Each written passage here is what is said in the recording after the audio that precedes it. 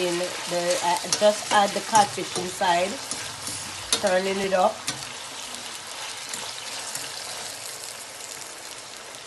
Let it cook up with the seasoning properly. You know, you get the taste from the seasoning. The saltfish gather all the taste from the seasoning. Which is a scallion, hot pepper, some onion, and Scotch bonnet pepper, and little thyme is all in there. And you see it's frying up.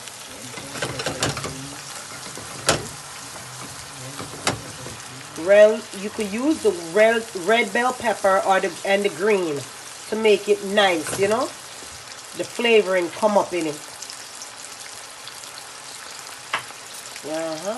And depending on the ackee, if you're using it from the can or the fresh one, well, right here, you know we're overseas, so therefore I have to use the can one for now. Make do.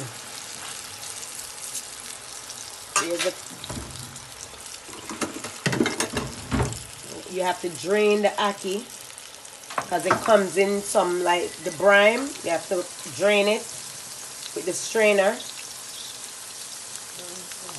and rinse it off too, you know, because it comes with that is packaging. And here is the can of ackee I'm using right now. Jamaican ackee. Okay, so now